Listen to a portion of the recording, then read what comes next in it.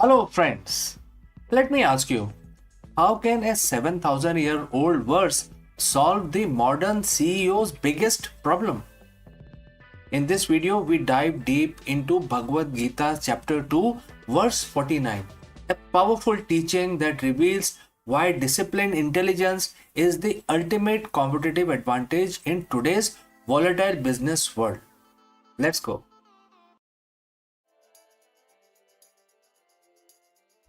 Good morning, visionary leaders. You juggle relentless demands, make high stake decisions, and navigate markets that shift faster than ever before. Your days are the testament to the grit, intelligence, and the tireless effort. But what if I told you that the secret to not just surviving but thriving in this relentless environment doesn't lie in the working hard or even necessarily smarter, but in something far more profound? What if the ultimate competitive advantage, the true CEO secret weapon, has been hiding in the plain sight for over 5,000, 7,000 years? Today, we are unlocking that weapon, drawing wisdom from the ancient text that surprisingly holds the key to the modern business mastery, the Bhagavad Gita. Think about your typical day. Every decision, every strategy, every pivot is ultimately aimed at one thing: results. Revenue growth, market share, investor satisfaction, a successful product launch. We are by nature outcome driven. Our entire capitalist system is built on the pursuit of measurable results. And for the good reason, results are how we track progress, determine success, and create value. But here is the paradox. This very obsession with results, while seemingly logical, often become our greatest impediment. It led to the stress, short-sighted decisions, burnout, and a constant state of anxiety about what might or might not happen. We become slaves to the fruit of our actions, constantly looking over our shoulder, always chasing the next metrics. It is, precisely this dilemma that the Bhagavad Gita addresses with startling clarity, specifically in chapter 2, verse 49. Now, let's look at it. The quote starts: choose to act on the basis of disciplined intelligence rather than desire for enjoyment.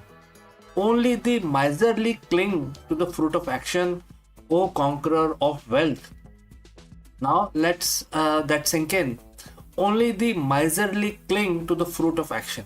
This isn't just spiritual advice, it's a profound strategic imperative for leaders.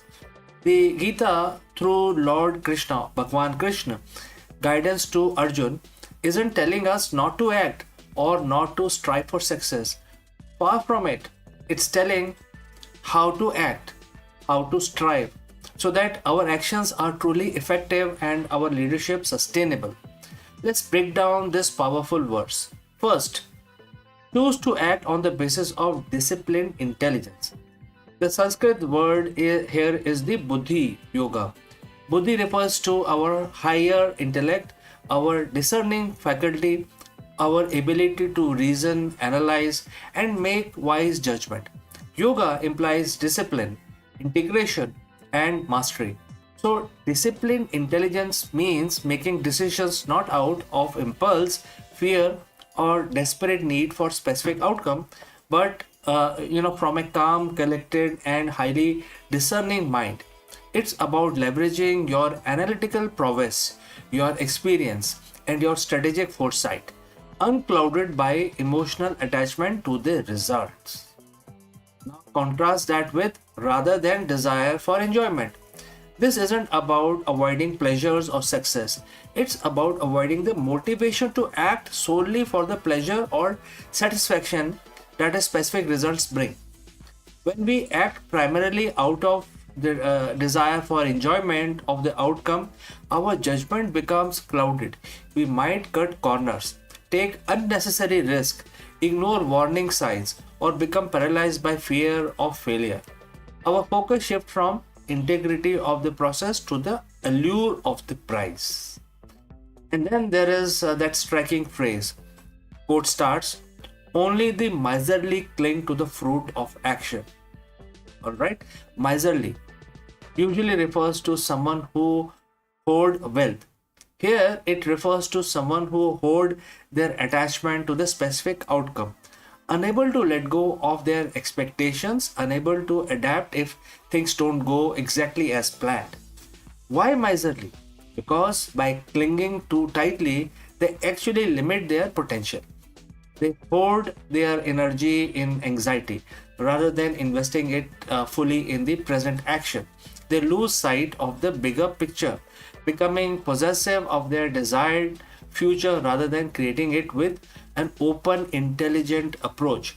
This clinging makes them vulnerable. If the fruit doesn't materialize as expected, their entire sense of purpose can crumble, leading to frustration, blame, and stagnation. A CEO who is miserly in this sense is constantly reacting to market sentiment, to quarterly reports, to external validation, rather than proactively shaping their company's destiny with unwavering strategic vision. They become prisoners of their own expectations. But the verse doesn't end there. It addresses Arjun as, O conqueror of the wealth. This is the key. The Gita isn't advocating for indifference to success. It is showing us the path to true sustainable success, to conquer wealth, whether that is financial wealth, market dominance, or the intellectual capital. You must first conquer your own mind, your own attachment to the transient outcome. For a CEO, this means focus on the process, not just the outcome. Implement the best strategies, build the strongest team, foster the most innovative culture, trust that if the process is sound and desired results will naturally follow, or even better results will emerge. Next, strategic detachment. Make decisions based on data, logic, and long term vision, not on the emotional highs of success or the lows of setback.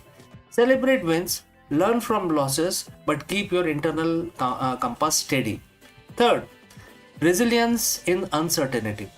In a world of VUCA, which stands for volatility, uncertainty, complexity, and ambiguity, a mind free from rigid outcome attachment is incredibly agile. You can adapt, pivot, and innovate without the crushing weight of unmet expectations. Next is true empowerment. When you empower your teams, focus on their action and efforts, and remove the pressure of must succeed or else, you foster a culture of genuine excellence and bold innovation. So, how do you integrate this disciplined intelligence into your daily leadership? Let's look at it. Before a major meeting or decision, take a moment. Ask yourself, am I approaching this with a clear, rational mind, or am I driven by the emotional desire for a specific outcome? Regularly evaluate your company's process. Are they robust? Are they aligned with your long term vision, irrespective of the short term market noise? Train yourself and your team to separate effort from results. Celebrate the effort and learning, not just the win. Anchor your decision in your core mission and values, which are far more enduring than any quarterly report. Bhagavad Gita isn't just an ancient scripture, it's a timeless manual for effective leadership. Disciplined intelligence is not a soft skill, it is a hard edged strategic advantage that will differentiate you in a crowded, chaotic world. Stop being miserly with your attachment to outcome. Embrace the power of the present action, guided by your highest intellect. Become the conqueror of wealth you were meant to be. If this resonates with you, hit that like button, subscribe for more insights, and share this video with fellow leaders who could benefit from this powerful wisdom. Thank you for joining live. Thank you for watching. Lead with purpose, and I will catch you again in the next one.